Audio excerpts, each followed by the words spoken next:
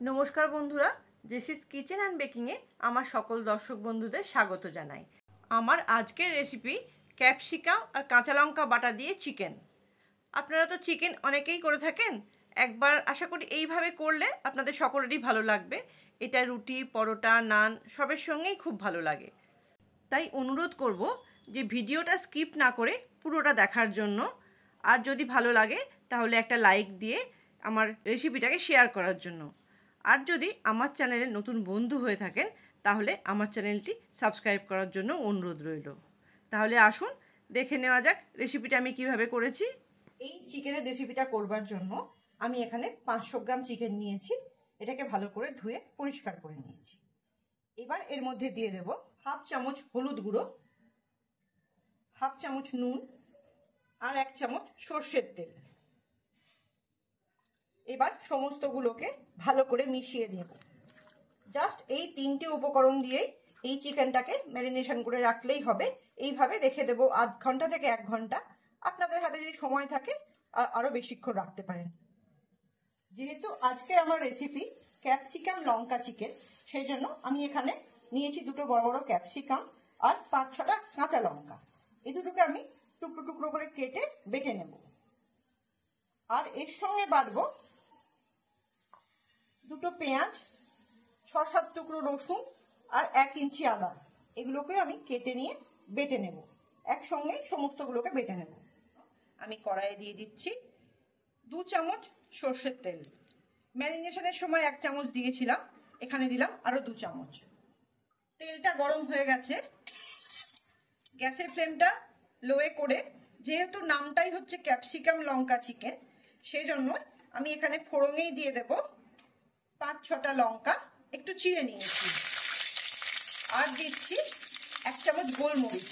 এখানে গোটা গোলমরিচও দেওয়া যায়, আমি এখানে গুঁড়ো গোলমরিচই ব্যবহার করেছি। একটু ভাজা হয়ে গেলে আমি যে 2টো পেঁয়াজ নিয়েছিলাম তার থেকে একটু কুচি আমি রেখে দিয়েছি, সেটাই এর মধ্যে দিয়ে দিচ্ছি। আর বাকি 1.5খানা পেঁয়াজ আমি বেটে নিয়েছি।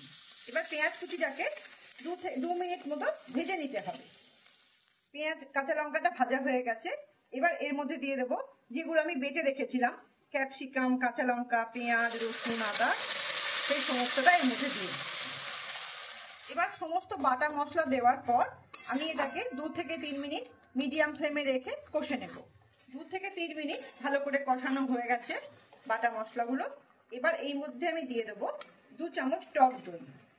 এটা সম্পূর্ণ অপশনাল, আপনারা দিতেও পারেন নাও দিতে পারেন। আমি এর মধ্যে টক দই দিই, তার কারণ হচ্ছে এর গ্রেভিটা একটু মাখো মাখো হয়, ঘন ঘন হয়, সেই জন্য আমি একটু দই দিই, টক দই দিই। এবার টক দই দিয়ে আবার 2 মিনিট মতো ভালো করে কষিয়ে নেব। টক দই দেবার পর মশলার সঙ্গে কষে নিয়ে অনেকক্ষণ পর, মানে 2 থেকে 3 মিনিট পর যখন জলটা শুকিয়ে আসবে, এই অবস্থায় হয়ে যাবে মশলাগুলো, তখন দিয়ে দিতে হবে ম্যারিনেট করা চিকেনটা।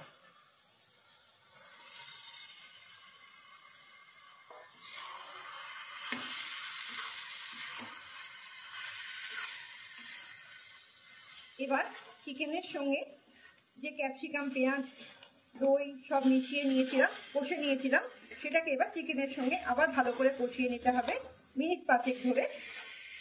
গ্যাসের ফ্লেমটা তখন মিডিয়ামে রাখতে হবে। মিডিয়াম ফ্লেমে রেখে তেল ছেড়ে আসবে এই অবস্থায় পর্যন্ত কষে নিতে হবে। কষানো হয়ে গেলে গ্যাসের ফ্লেমটা মিডিয়ামেই রেখে আমি গরম জল দিয়ে দেবো সেদ্ধ হওয়ার জন্য। চিকেনের মধ্যে আমি অল্প একটু গরম জল দিয়ে দিচ্ছি, কেননা চিকেন রান্না, যে কোনো রান্না করতে গেলেই একটু গরম জল দিলে সেদ্ধটাও ভালো হয়। সেই জন্য চেষ্টা করবেন সবসময় একটু গরম জল দেবার।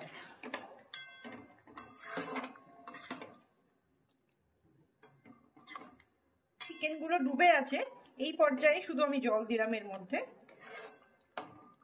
আমি দিয়ে দিচ্ছি 1 চামচ নুন। প্রথমেও দিয়েছিলাম, মনে হচ্ছে আরেকটু দিলে ভালো হবে, তাই 1.5 চামচ নুন দিলাম। ম্যারিনেশনের সময় আমি 1 চামচ নুন দিয়েছিলাম। এবার সেদ্ধ হওয়ার জন্য ঢাকা দিয়ে দেবো। যদিও এই চিকেনে মিষ্টি লাগে না, অল্প একটু আমি চিনি দিলাম জাস্ট টেস্টটা ব্যালেন্স করার জন্য।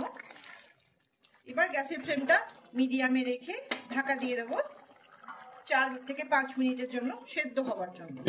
জল দিয়ে মিনিট 6-7 তো আমি এরকম ঢাকা দিয়ে রেখে দিয়েছি। এবার একটু দেখে নিই জলটাও শুকিয়েছে কিনা, সেদ্ধও হয়েছে কিনা।